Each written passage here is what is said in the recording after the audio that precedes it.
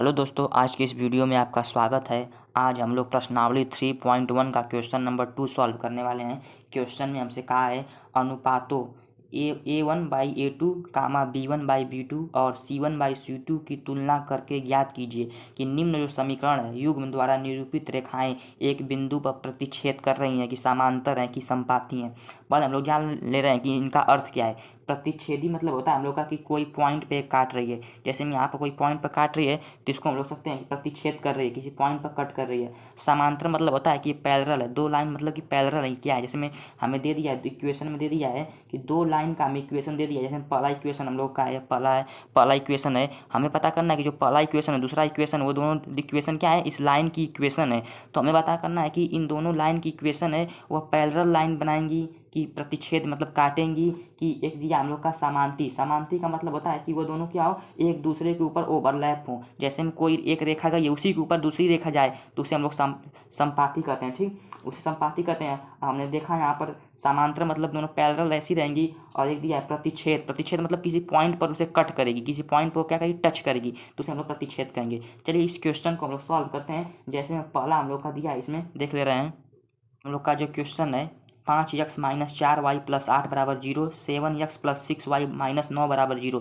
तो हम लोग क्या करेंगे, पहले हम लोग इसमें A1 B1 और C1 A2 B2 C2 को पहले हम लोग लिख लेंगे। यहाँ पर लिखेंगे पहले इसमें A1 क्या है हम लोगों का, B1 क्या है हम लोगों का इसमें, और इसमें C1 हम लोग का क्या है। उसके बाद हम लोग नीचे वाले में भी देखेंगे कि A2 हम लोग का क्या है, उसके बाद B2 क्या है हम लोग का, उसके बाद C2 क्या है। तो इसमें हम लोग देखेंगे A1 क्या है हम लोग का। A1 यहाँ पर क्या है 5 है, जो आगे वह A है। अब B1 यहाँ पर क्या है 4 है, लेकिन यहाँ माइनस लगा तो यहाँ लिखेंगे -4। यहाँ पर जो C1 हम लोग का, C1 कितना है 8 है, तो यहाँ लिखेंगे 8। फिर यहाँ देखेंगे A2 हम लोग का क्या है 7, तो यहाँ लिखेंगे 7। यहाँ पर B2 क्या है 6, तो यहाँ लिखेंगे 6। यहाँ पर C2 क्या है यहाँ पर -9, तो यहाँ लिखेंगे -9। ठीक, अब हम लोग क्या करेंगे, हम लोग का A1 B1 C1 A2 B2 C2 आ गया है। तो हम लोग देखेंगे कि ये लाइन कैसे बन रही है। तो इसका हम लोग के किताब में एक फार्मूला दिया है, मैं स्क्रीन पर उस फार्मूले को ला दे रहा हूँ। यहाँ पर दिया है, जैसे मैं देख रहे हैं आप लोगों का कि जब A1 और A2 जो A1 और बटा में A2 not equal to B1/B2 अगर यह रहे तो ये क्या हो, प्रतिच्छेद, यानी केवल एक पॉइंट पर क्या काटेगी। ठीक, दूसरा हम लोग का दिया अगर A1/A2 बराबर B1/B2 बराबर C1/C2, अगर यह नियम रहे हम लोगों का तो इसका मतलब क्या हो, संपाती रेखाएं रहेंगी। संपाती रेखाएं मतलब कि वह अपरिमित रूप से अनेक हल, मतलब वो उसके कई हल रहेंगे। संपाती मतलब होगा कि वो एक दूसरे पर क्या कॉन्साइन रहेंगी, सब एक के ऊपर एक रहेगी रेखा। अगर तीसरा हम लोग का दिया यहाँ पर कि A1/A2 इक्वल टू B1/B2 और नॉट इक्वल टू मतलब C1/C2 के इक्वल नहीं रहेगा तो समांतर रेखाएं होंगी। समांतर रेखाएं मतलब कि दोनों लाइन क्या होंगी हम लोग की पैरेलल होंगी, पैरेलल दोनों रेखाएं सीधी इस तरह जाएंगी। ठीक, तो हम लोग देखते हैं कि इसमें क्या हो रहा है। तो पहले इसको हम लोग बढ़िया से लिख लेंगे। यहाँ पर A1/A2 का लिख दे रहे हैं यहाँ पर। जैसे में हम लोग का यहाँ है A1/A2 कितना दिया यहाँ पर 5/7, यहाँ लिख देंगे 5/7। उसके बाद B1/B2 हम लोग देख रहे हैं, यहाँ लिखेंगे कामन B1/B2 हम लोग का कितना दिया है यहाँ पर -4/6 दिया है, यहाँ लिख देंगे। ठीक, उसके बाद क्या दिया है C1/C2, तो C1/C2 यह कितना दिया है 8/-9। ठीक, 8/-9 दिया हम लोग का 3 पॉइंट दिया है। तो हम लोग पहले इसको चेक कर ले रहे हैं। यहाँ पर देख रहे हैं हम लोग का जो A1 5/7 है, -4/6 है, और 8/-9 ये हम लोग का इक्वल नहीं है, तीनों का इक्वल नहीं है। जब तीनों इक्वल नहीं रहता तो हम लोग लिखते हैं इसको कि A1/A2 जो है वो नहीं इक्वल है किसके, B1/B2 के। कहाँ इक्वल है, तीनों कोई इक्वल नहीं। तो हम लोग का जब ये है तो इसका मतलब क्या है, हम लोग की रेखा है वह प्रतिच्छेदी है। यानी जो दो रेखाएं इसके माध्यम से आएंगी, दो रेखाएं आएंगी क्या होगी, प्रतिच्छेदी मतलब कि वह किसी एक पॉइंट पर उसे काटेंगे। जिसे हम लोग बोर्ड एग्जाम में इसे ऐसे लिख देंगे बढ़िया से हिंदी में, अतः अतः जब A1/A2 not equal to B1/B2, हम लोग C1/C2 को लाएंगे ही नहीं। क्यों नहीं लाएंगे, क्योंकि हम लोग का जब A1/A2 not equal to B1/B2 हो गया, जब ये हम लोग का इक्वल ही नहीं हुआ तो हम लोग डायरेक्ट इसको लिख देंगे कि ये प्रतिच्छेदी है। अगर ये इक्वल होता तब C1/C2 को लाते हैं, C1/C2 भी इसके इक्वल नहीं है। अगर ये दोनों इक्वल होता तो हम C1/C2 को लाते हैं। जब ये पहले इक्वल नहीं आ रहा है तो हम इसको आगे नहीं ले जाएंगे। इसका मतलब रेखा जो है वो प्रतिच्छेदी रेखा है, किसी एक पॉइंट पर उसे काटेगी। तो यहाँ हम लोग बोर्ड एग्जाम में ऐसे लिखेंगे कि A1/A2 not equal to B1/B2 हो हो हो तो दिए गए समीकरण, जो हम लोग का समीकरण था, दिए गए समीकरण युग्म दो दिया तो समीकरण युग्म से, युग्म मतलब होता है जोड़ा। युग्म के लिए जो रेखाएं होंगी, युग्म के लिए जो रेखाएं होंगी, बढ़िया से इसको लिख रहे हैं हिंदी में, रेखाएं होंगी वो क्या होंगी, एक बिंदु पर प्रतिच्छेद करेंगी। जो रेखाएं होंगी क्या करेंगी, एक बिंदु पर प्रतिच्छेद करेंगी। यहाँ लिख देंगे एक बिंदु किसी एक पॉइंट पर एक बिंदु पर प्रतिच्छेद करेंगी, या इंग्लिश में से कहते हैं कि इंटरसेक्ट यानी काटेंगी, प्रतिच्छेद करेंगी, प्रतिच्छेद करती हैं या कट करती हैं किसी एक पॉइंट पर। इसको हिंदी में ऐसे लिख देंगे, अतः जब a1/a2 not equal to b1/b2 हो तो दिए गए समीकरण युग्म के लिए रेखाएं एक बिंदु पर प्रतिच्छेद करती हैं। नेक्स्ट क्वेश्चन जो अगला हम लोग का है 9x + 3y + 12 = 0, 18x + 6y + 24 = 0। तो इसमें भी हम लोग क्या कर रहे हैं, पहले a1 a2 b1 फिर a1 c1 फिर a2 b2 c2 निकाल दे रहे हैं। यहाँ पर लिखेंगे हम लोग a1 बराबर b1 बराबर यहाँ पर c1 बराबर, ठीक। नीचे लिखेंगे a2 बराबर b2 बराबर यहाँ पर c2 बराबर। तो इसमें a1 क्या दिया है, a1 इसमें दिया है 9, तो यहाँ लिखेंगे 9, ठीक। b1 इसमें क्या दिया है, b1 यहाँ पर दिया है 3, तो 3 लिखेंगे। c1 कितना दिया है यहाँ पर 12, तो यहाँ लिखेंगे 12। और a2 जो हम लोग का दिया है कितना यहाँ पर 18, a2 यानी दूसरे वाला में दूसरे लाइन में देखेंगे हम लोग। b2 कितना दिया है 6, यहाँ देखेंगे 6। c2 कितना दिया है 24, यहाँ लिखेंगे हम लोग 24।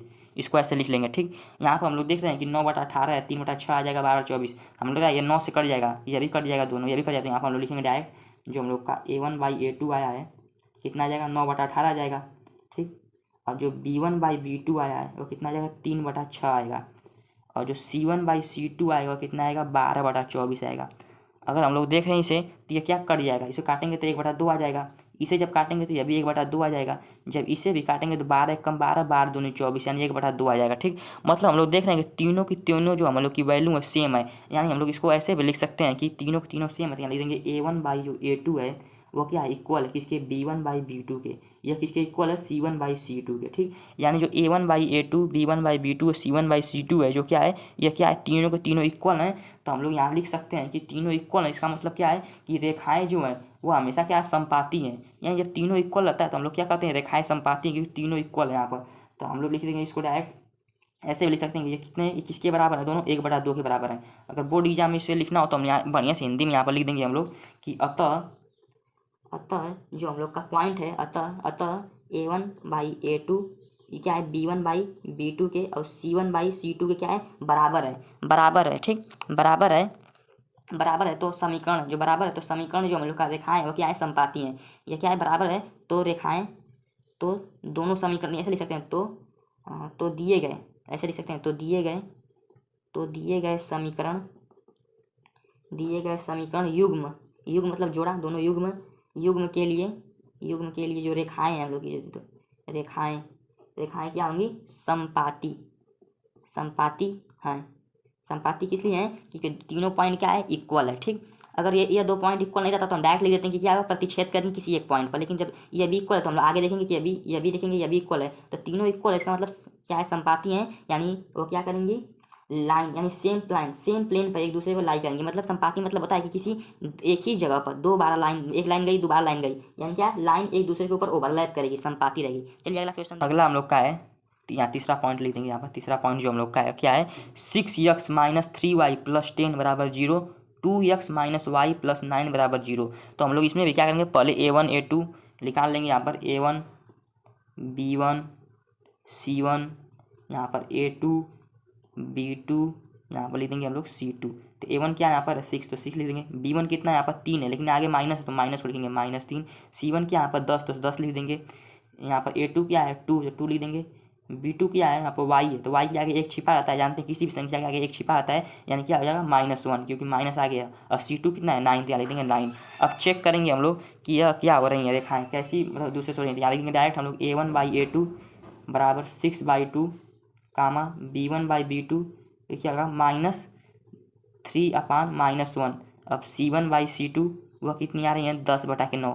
तो यहाँ हम लोग देख ले रहे हैं ये रेखाएं आ गई हम लोग को, तो इसमें हम देखेंगे इसको काटेंगे अगर तो कितना आ जाएगा 3/1 आ जाएगा, ठीक। और इसको माइनस से माइनस काटेंगे 3/1 आ जाएगा, मतलब ये दोनों इक्वल हो जा रहे हैं, ये इक्वल नहीं हो जाती। यहाँ हम लोग लिखेंगे कि जो हम लोग का a1/a2 है वो क्या है b1/b2 के क्या है बराबर है। अगर ये बराबर नहीं रहता तो हम लोग डायरेक्ट यहाँ लिख देते कि रेखा क्या है प्रतिच्छेदी है। अगर ये बराबर नहीं रहता हम लोग आगे नहीं जाते हैं, लेकिन हम देख रहे हैं ये बराबर है तो आगे भी जाएंगे। जो हमारा c1/c2 है क्या इक्वल नहीं है, लिखेंगे क्रॉस इक्वल नहीं है, तो इसका मतलब क्या है रेखाएं हमारी समांतर हैं। मतलब यहाँ हम लिख देंगे डायरेक्ट कि हमारी रेखाएं, या ऐसे भी लिख सकते हैं कि दिए गए समीकरण युग्म में जो रेखाएं हैं वो क्या है समांतर हैं। तो यहाँ हम लोग ऐसे लिखेंगे रेखाएं